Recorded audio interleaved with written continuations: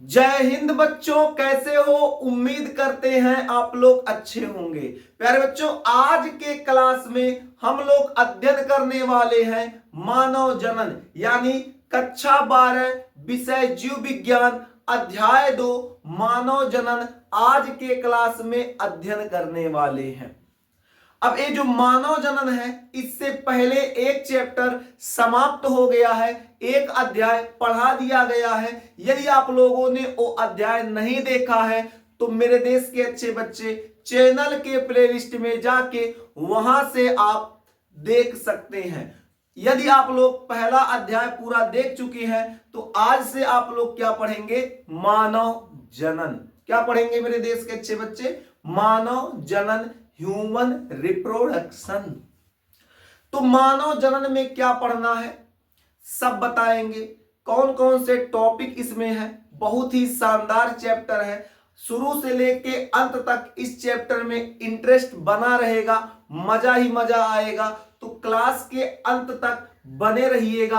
आज के क्लास में मानव जनन का परिचय यानी इंट्रोडक्शन पढ़ाने वाले हैं। धीरे धीरे एक एक लेक्चर करके बारी बारी से आपको पूरा चैप्टर पढ़ाया जाएगा।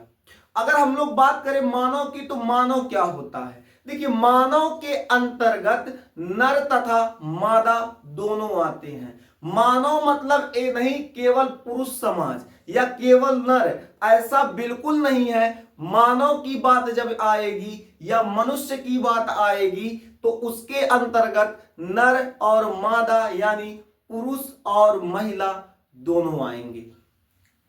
देखिए, जो पुरुष होते हैं फिर या मादा होती हैं या महिलाएं होती हैं, या फिर कह सकते हैं जो मानव है, मानव पूरे प्राणी जगत में, जंतु जगत में सबसे सुविकसित और जटिल प्राणी है। मानव के अंदर सोचने समझने की जो क्षमता होती है अन्य जीवों से ज्यादा होती है।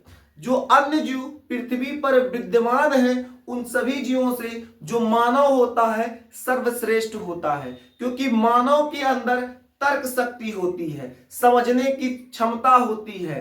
उनके द्वारा क्या होता है, सही गलत पहचानने की क्षमता होती है।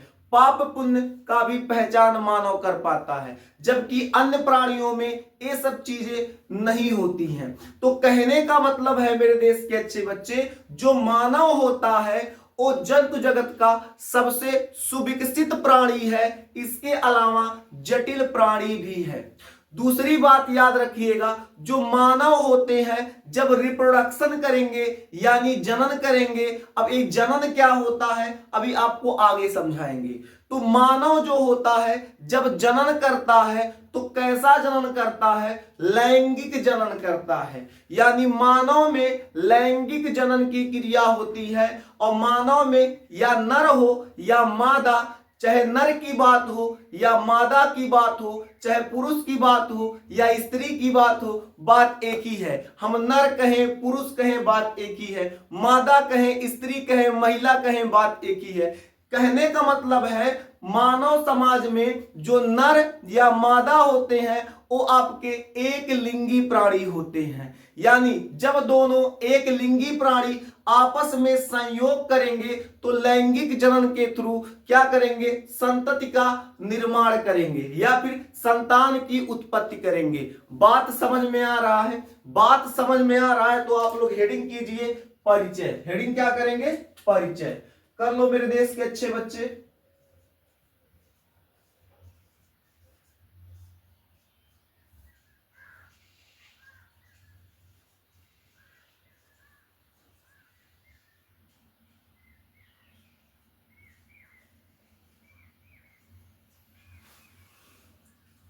इंट्रोडक्शन, परिचय। तो परिचय में अभी आपको जो चीजें अभी समझाए हैं वही सब चीजों को आपको लिखना है। जो अभी आपको बात बताई गई है उन्हीं बातों पे विचार करके एक एक पॉइंट करके सबको नोट करना है। पहला पॉइंट क्या हो जाएगा? सभी प्राणियों में मानव क्या होता है? सुविकसित तथा जटिल प्राणी होता है। तो लिख ले,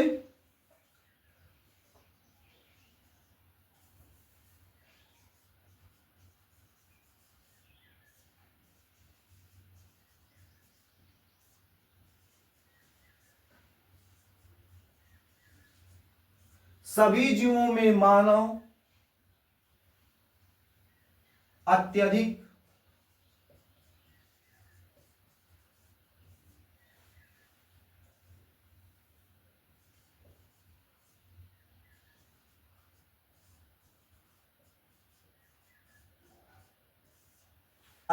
सुविकसित तथा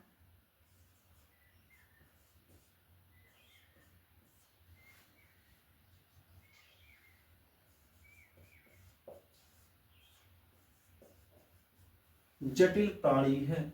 यानी जितने भी प्राणी पृथ्वी पर विद्यमान है, सभी प्राणियों में जो मानव होगा अत्यधिक सुविकसित होगा और क्या होगा, जटिल प्राणी होगा। इसके अलावा जो मानव होते हैं कैसा जन्म करते हैं, तो अभी बताएं मानव जो है वो कैसा जन्म करेंगे, लैंगिक जनन करते हैं। थोड़ा देर पहले बताए हैं जो मानव होते हैं कैसा जन्म करते हैं, तो लैंगिक जनन। नोट कर लीजिएगा, लैंगिक जनन। लैंगिक जनन के थ्रू कौन आ जाएंगे, इसमें मानव जनन पढ़ रहे हैं तो मानव को रख लो। आगे बात करें, ये क्या होते हैं, एक लिंगी प्राणी होते हैं।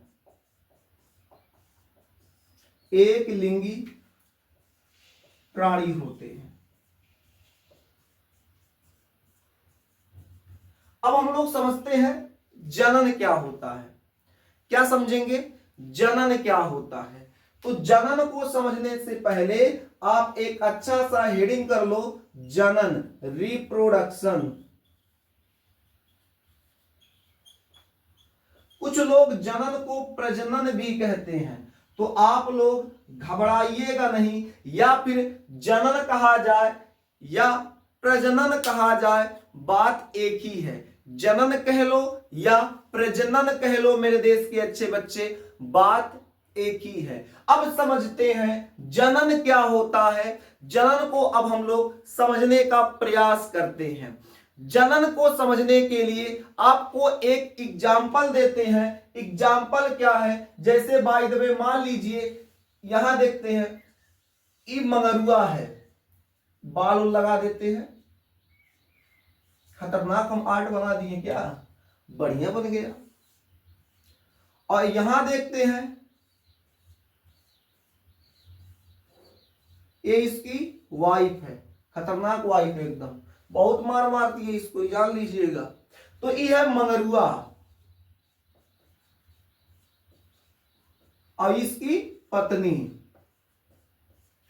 अब जो मंगरुआ है बाबू अपनी पत्नी के साथ जब संयोग करेगा, मंगरुआ जब अपनी पत्नी के साथ संयोग करेगा तो उसके द्वारा क्या होगा, संयोग के बाद कुछ समय उपरांत क्या होगा, इसकी जो मादा होगी यानी पत्नी होगी, वो क्या करेगी, गर्भ धारण करेगी। गर्भ धारण करने के 9 माह बाद क्या होगा, एक बच्चे को जन्म देगी। तो कहने का मतलब क्या है, ऐसी प्रक्रिया जिसके द्वारा, बात को समझिएगा, ऐसी प्रक्रिया जिसके द्वारा संतति उत्पन्न किया जाता है, ऐसी प्रक्रिया को हम लोग क्या कहते हैं, जनन कहते हैं। यानी जब मंगरू अपनी पत्नी से संयोग किया तो संयोग के बाद संतति का निर्माण हुआ, यानी संतान का निर्माण हुआ या फिर संतान उत्पन्न हुआ, तो ऐसी प्रक्रिया को हम लोग क्या कहते हैं, जनन कहते हैं। जनन क्या होता है मेरे देश के नौजवान, आपको समझ में आ गया होगा, एक बार पुनः बता दें। यानी ऐसी प्रक्रिया जिसके द्वारा मानव संतति का निर्माण करता है या संतति उत्पन्न करता है, ऐसी क्रिया को हम लोग क्या कहते हैं, जनन कहते हैं। इसे नोट कर लीजिए, क्या नोट करेंगे, ऐसी क्रिया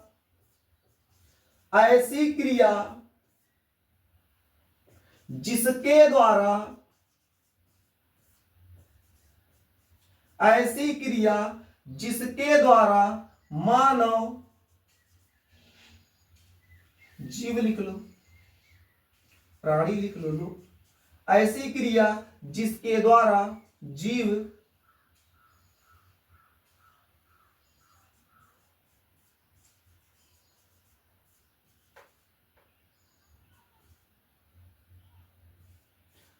ऐसी क्रिया जिसके द्वारा जीव या प्राणी नए जीव को उत्पन्न करता है,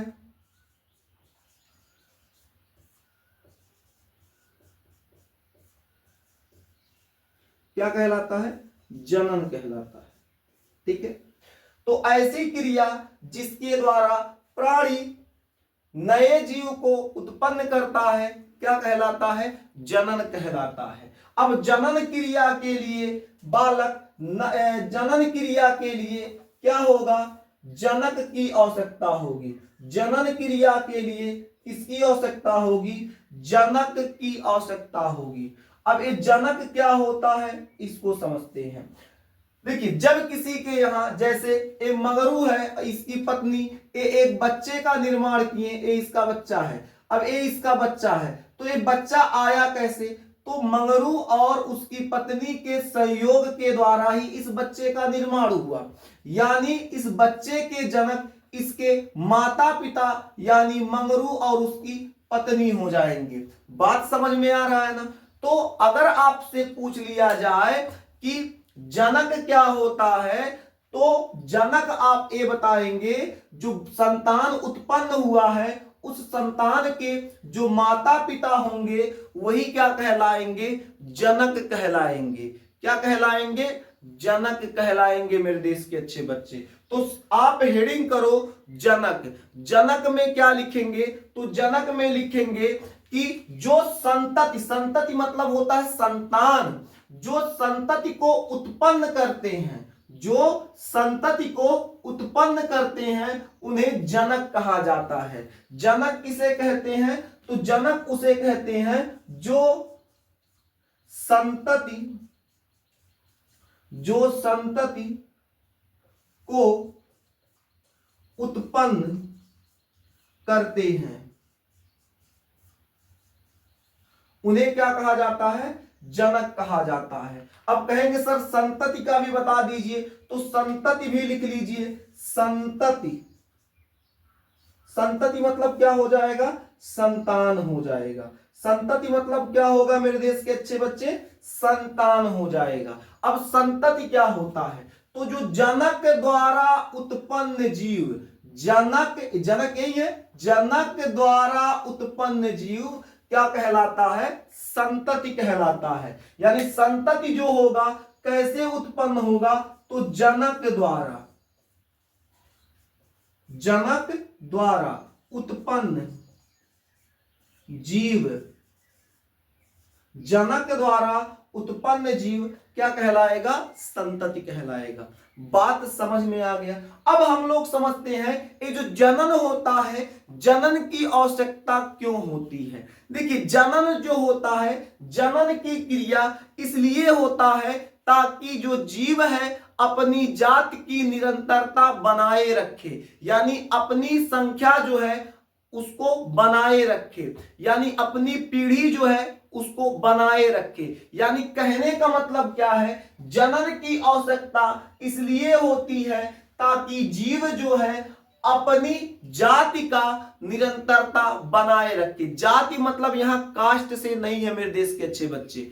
जाति का मतलब यहां है, जाति का मतलब यहां है कि जो जीव है अपने संतान का निर्माण जब करेगा तो वो आगे चल के जब बड़ा होगा तो वो अपने संतान का निर्माण करेगा, आगे चलकर वो अपने संतान का निर्माण करेगा। तो इनकी जो यही जाति है, मतलब यही जो पीढ़ी इनकी बढ़ रही है, इसी पीढ़ी को हम लोग यहाँ जाति कहेंगे। यानी जनन की आवश्यकता क्यों होती है? इसलिए जनन की आवश्यकता होती है ताकि जो जीव है अपनी जाति की निरंतरता बनाए रखे। जैसे आपके आजा बाबा रहे होंगे, तो आपके आजा बाबा रिप्रोडक्शन यानी जनन किए, तो आपके बाबा का निर्माण हुआ। आपके बाबा जब जन्म किए तो फिर आपके पिता, फिर आपके पिता के द्वारा आप, फिर भविष्य में आपका शादी ब्याह होगा, होगा कि नहीं? होगा ना।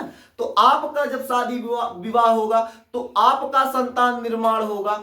ठीक है, तो एक आप देखेंगे एक पीढ़ी से दूसरी पीढ़ी, तीसरी पीढ़ी, चौथी पीढ़ी चलती आ रही है, यानी जाति की निरंतरता बनी हुई है। तो क्यों बनी हुई है? तो यही समझाया जा रहा है, जो जनन होता है, जनन किस लिए होता है? तो जनन जीवों की जाति, जो जाति होती है उसकी निरंतरता बनाए रखता है। तो यहां एक पॉइंट और नोट कर दे, पॉइंट नोट कर लीजिएगा, जो जनन होता है क्यों होता है? तो जो जीव होता है, जीव की जातियों का निरंतरता बनाए रखने के लिए।